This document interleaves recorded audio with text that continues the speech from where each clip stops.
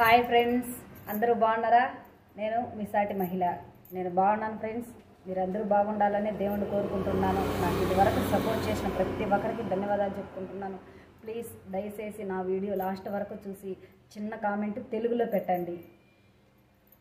ఒక ఆడకూతురు తన జీవితంలో ఎన్ని కష్టాలు ఉంటాయి పుట్టిన కానింటి కాటికి పోయే వరకు, అందులో ఒక స్త్రీ గురించి నేను మీతో పంచుకోవడానికి ఈ వీడియో చేస్తున్నాను. సరే ఫ్రెండ్, నాకు తెలిసిన అమ్మాయి నా బెస్ట్ ఫ్రెండ్, అంతకంటే ఎక్కువ తన గురించి చెప్పాలనుకుంటున్నాను. తన పర్మిషన్ తీసుకున్న తర్వాత ఈ వీడియో చేస్తున్నాను. తనకి చాలా చాలా అంటే చాలా అందమైన జీవితం కావాలనే ఆశ, అందంగా బతకాలనే ఆశ. మనకు ఎంతవరకు అయితే కావాలో అంతవరకే డబ్బులు ఉంటే చాలు. మనకు బంగళాలు వద్దు, మాడీలు వద్దు, మిద్దులు వద్దు, కార్లు వద్దు, ఏమీ వద్దు, మనల్ని అందంగా చూసుకునే భర్త ఉంటే చాలు అనుకొని ఒక సాధారణమైన అమ్మాయి, ఆ అమ్మాయి జీవితంలో పడ్డ కష్టాలన్నీ అంతా ఇంత కాదు. అనుకోకుండా అమ్మాయికి తోడపుట్టిన వాళ్ళు ఎవరూ లేరు, కన్న తండ్రి లేడు, ఎవరు లేరు. పల్లెటూరు నుండి టౌన్కి వచ్చేసింది. చిన్న వయసులోనే టౌన్కి వచ్చేసింది. చిన్న వయసులో టౌన్కి వచ్చి తన పెళ్ళి అయ్యే వరకు టౌన్లోనే ఉన్నది. ఆ అమ్మాయి టౌన్లో మంచి ఏమి చెడేమి తెలుసుకొని పెరగలేదు. అదే పల్లెటూరులో ఉంటే ఆ ఆలోచన కలుగుంటుంది. కానీ అమ్మ కూడా ఎప్పుడు చెప్పుండదు ఇలా ఉండాలి అలా ఉండాలని. ఎందుకంటే ఎన్నో బాధలలో కూతుర్ని కడుపులో పెట్టుకొని టౌన్కి చేరిన ఆ తల్లికి, కన్న కూతురికి ఇవి తెలిసే ఉంటాయి కదా, ఆడబిడ్డ కదా అనుకుంది. కానీ అపురూపంగా పెంచుకునింది, అపురూపంగా చూసుకున్న కూతురికి సొంత అన్న కొడుక్కి ఇచ్చి పెళ్లి చేసింది. మన అన్న కొడుకు అయితే మన కళ్ళ ముందర ఉంటాడు, మన ఇంట్లో ఉంటాడు, మన కూతురు మనతోనే ఉంటుంది అని ఇచ్చి చేసింది. అలా పెళ్లి చేసింది. అమ్మాయికి ఇష్టం లేదు, మేనమామ కొడుకు అంటే ఇష్టం లేదు. ఇష్టం లేకపోయినా నలుగురు కలిసి ఒప్పించి పెద్దలు చేసిన పెళ్ళి చేశారు. అలా చేసినాక కానీ అమ్మాయి అయితే అబ్బాయితో సర్దుకోలేకపోయింది, కాపురం చేయలేకపోయింది. అయినా సరే పెద్దలు కుదిరిచ్చిన పెళ్ళి కదా, నలుగురు 4 మాటలు చెప్పాలి, మంచి చెడు చెప్పాలి, చెప్పి వాళ్ళిద్దరిని ఒద్దికి చేసి కాపురం చేయించుకోవాలి. వాళ్ళకు పిల్లలు పుడితే చూడాలని ఆ తల్లికి ఉంటుంది కదా ఆశ అని నలుగురు 4 మాటలు చెప్పి ఎంతో ఎంతో ఆ అమ్మాయికి మంచి చెడ్డ నచ్చ చెప్పి ఆ అమ్మాయిని కాపురం చేయించారు.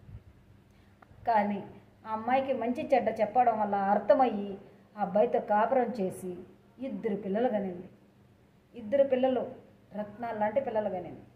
2 పిల్లలు కని తర్వాత కానీ కష్టాలు అనేది ఆ పాప పడతానే ఉంది. అబ్బాయి వల్ల పడతానే పిల్లలు కనింది, పడతానే ఎలాగోలాగా సంసారాన్ని నెట్టుకుంటా వస్తూ ఉంది ఆ టౌన్లో. కానీ అవకాశం మనిషి కాదు, మృగం. వాడు ఏ రోజు ప్రశాంతంగా పెట్టలేదు అమ్మాయిని. అనుమానం అనుమానం అనుమానం అనుమానం ఇలా అనుమానిస్తూనే వచ్చాడు. చూడండి, మన ఇంట్లో కూడా ఒక వ్యక్తి అనుమానిస్తే, అది మగవాడైనా సరే ఆడకూతురైనా సరే, అనుమానం అనే ఒక జబ్బు నిందంటే ఆ సంసారమే నాశనం అయిపోతుంది. ఇక్కడ ఈ అమ్మాయి జీవితం కూడా అలాగే నాశనం అయిపోయింది. మనము టౌన్లో వద్దు, మనం మన ఊరికి వెళ్ళిపోదాం, మన ఊరిలో మనకు ఒక ఇల్లు ఉంది కదా, మన ఇంటికి వెళ్ళిపోదాం అని చెప్పి ఆ మొగుడు చెప్తే ఆ మొగుడు మాటలు నమ్మి, ఆ మాయ మాటలు నమ్మి ఆ ఇంటికి వెళ్ళిపోయింది, ఆ ఊరికి వెళ్ళిపోయింది. ఆ ఊర్లో పోయిన తర్వాత మొగుడు వదిలేసి వెళ్ళిపోయాడు. ఒక సైకో నా కొడుకైపోయాడు, వెళ్ళిపోయాడు. వెళ్ళిపోయిన తర్వాత పల్లెటూరులో పనులు చేయడం చేత కాదు. పట్టణంలో బతికిన పాప పల్లెటూరులో బతకగలుగుతుందా? ఎలా బతుకుతుంది? చుట్టుపక్కల కాకుల్లాగా తోటలో పేల్చినట్టు మాటలు హింసిస్తారు. దానికి తగ్గ ఇరిగింటోడు పొరిగింటోడు, ఆహా నీకు భర్త లేడు కదా, నువ్వు అందంగా ఉన్నావు కదా, వస్తావా అని పిలిచేవాడు ఒక్కడు. ఎప్పటికైనా మల్లెపువ్వు నలిపినట్టు నలిపేస్తామని అని కారు కోతలు కూసేవాడు ఒక్కడు. ఇలా ఆ పాపను కాల్చుకొని తింటా అంటే ఆ మంటల్లో కాలిపోతా కూడా బ్రతకతా ఉంది. ఏదో ఒక ఆశ, ఏదో ఒక ఆశ, ఈరోజు కాకపోయినా రేపైనా మన బ్రతుకు అందంగా మారుతుందని ఆశతో బ్రతుకుతా ఉంది. మీలల్లో కూడా ఇలాంటి కష్టాలు పడే ఆడకూతుర్లుంటే ఖచ్చితంగా మీరు కూడా ఏదో ఒక ఆశ, పిల్లల మీద ఆశ, తల్లిదండ్రుల మీద ఆశతో బ్రతకండి. అంతేగాని సూసైడ్ చేసుకోవాలా అలా ఇలా అని అనుకోవద్దండి. సూసైడ్ అనే మాట నేను ఎందుకు వాడుతున్నానంటే ఈ పాప 2-3 సార్లు సూసైడ్ చేసుకోవాలనుకునేది. ఎందుకంటే సొంత అక్క మొగుడు అంటే తన అమ్మ కంటే చిన్న కూతురు మొగుడు అంటే పిన్నమ్మ అల్లుడే కన్నేసి ఆ పాపకి కాపలా కాసి తను ఎలాగలా చెరసాలని ఎన్నో రకాలుగా ప్రయత్నించాడు. కానీ ఆ పాపను కన్న తల్లి కడుపులో దాచుకుంటూ కాపాడుకుంటా వచ్చింది.